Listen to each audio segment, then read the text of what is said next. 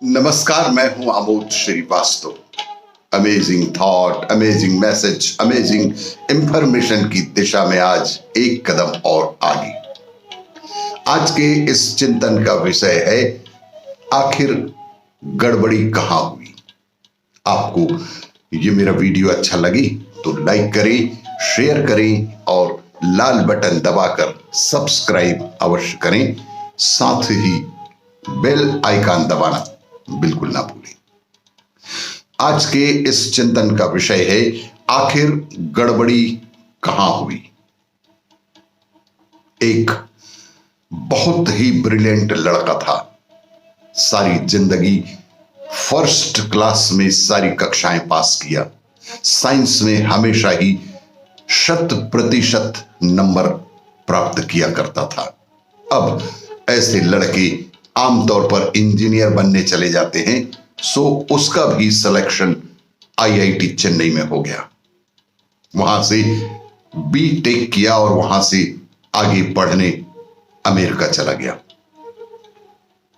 America जाकर university of California से बाकायदा एमबीए किया। अब इतना पढ़ने के बाद तो वहां अच्छी नौकरी मिल ही जाती है और उसने वहां भी हमेशा ही सभी कक्षाओं में उच्च दर्जे से ही परीक्षाएं पास की। वहीं नौकरी भी करने लगा।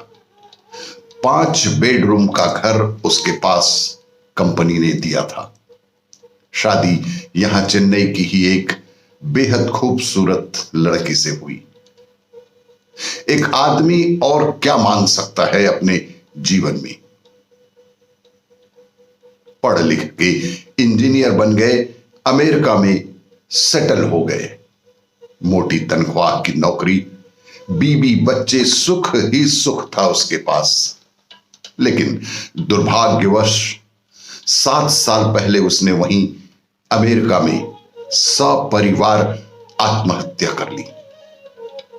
अपनी पत्नी और बच्चों को गोली मारकर खुद को भी गोली मार ली।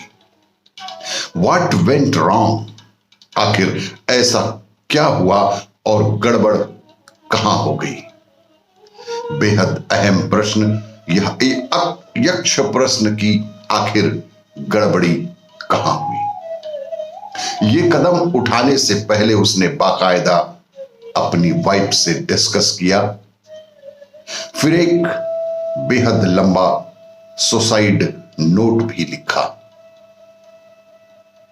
और उसमें बाकायदा अपने इस कदम को बेहद खूबसूरती से जस्टिफाई भी किया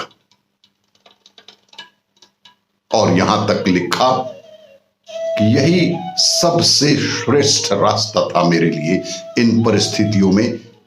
उनके इस केस को और उस सुसाइड नोट को California institute of clinical psychology ने व्हाट वेंट रॉन्ग जानने के लिए स्टडी किया। पहले कारण क्या था? सुसाइड नोट से और मित्रों से पता किया गया कि आखिर इस सुसाइड नोट में लिखे गए कारण क्या थे। अमेरिका की आर्थिक मंदी में उसकी नौकरी चली गई। बहुत दिन खाली बैठे रहे, नौकरियां ढूंढते रहे, फिर अपनी तनख्वाह कम करते गए और फिर भी जब नौकरी ना मिली, मकान की किश्त जब टूट गई तो सड़क पर आने की नौबत आ गई। कुछ दिन किसी पेट्रोल पंप पर तेल भरने का भी काम किया। साल भर ये सब बर्दाश्त किया और फिर पति पत्नी ने अंत में खुदकुशी कर ली। इस केस स्टडी को ऐसे कंक्लूड किया है एक्सपर्ट ने। दिस मैन वाज प्रोग्राम्ड और for success, but he was not trained how to handle failure.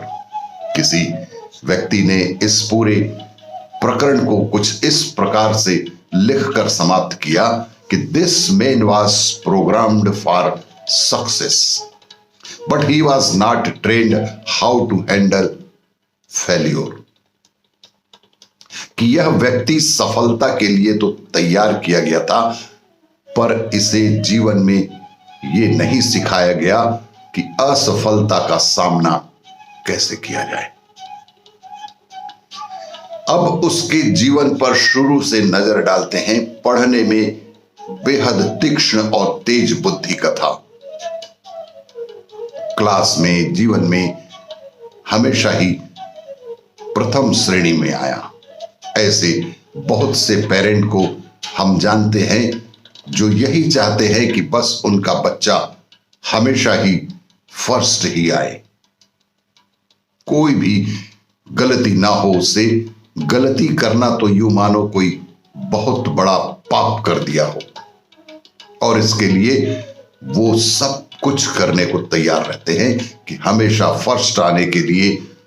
फिर ऐसे बच्चे चूंकि पढ़ाकू कुछ ज्यादा होते हैं, सो खेल कूद, घूमना फिरना, लड़ाई झगड़ा, मारपीट, ऐसे पंगों का मौका उसके जीवन में कम ही आता है। ऐसे बेचारों को 12वीं करके निकले तो इंजीनियरिंग कॉलेज का बड़ा सा बोझ उनके सिर पर लाद दिया गया। वहां से निकले तो MBA और अभी पढ़ ही रहे थे कि मोटी तनख्वाह की नौकरी। अब मोटी तनख्वाह तो बड़ी जिम्मेदारी भी होगी, यानी बड़े बड़े टारगेट्स भी होंगे और बड़ी जिम्मेदारियों के साथ बड़ी मानसिक पीड़ाएं भी होंगी। ये दुनिया बड़ी कठोर है और ये जिंदगी अलग से इम्तिहान लेती है। आपकी कॉलेज की डिग्री और मार्कशीट से कोई मतलब नहीं होता उसे। वहां कितने नंबर लिए कोई फर्क नहीं पड़ता। ये जिंदगी अपना अलग क्वेश्चन पेपर सेट करती है और सवाल सब आउट ऑफ सिलेबस होते हैं। बेहद टेढ़े मेढ़े, उटपटांग और रोज इम्तिहान लेती है ये जिंदगी। कोई दिन तय नहीं होता इस इम्तिहान का। एक अंग्रेजी उपन्यास में एक किस्सा पढ़ा था। एक मेमना अपनी मां से दूर निकल गया, आगे जाकर पहले तो भैंसों के झुंड से घिर गया, उनके पैरों तले कुचले जाने से बचा किसी तरह। अभी थोड़ा ही आगे बढ़ा था कि एक सियार उसकी तरफ झपटा। किसी तरह झाड़ियों में घुस के जान बचाई तो सामने से भेड़िए आते दिखे। बहुत देर वहीं झाड़ियों में दुबका रहा, किसी तरह मां के पास वापस पहुंचा तो बोला, मां वहां तो बहुत खतरनाक जंगल है। इस खतरनाक जंगल में जिंदगी बचाने की जो कला हम अपने बच्चों को सिखानी चाहिए, वो हमने कभी बच्चों को सिखाई ही नहीं। हमेशा प्रथम श्रेणी में पास होने की शिक्षा देना भी ठीक नहीं है।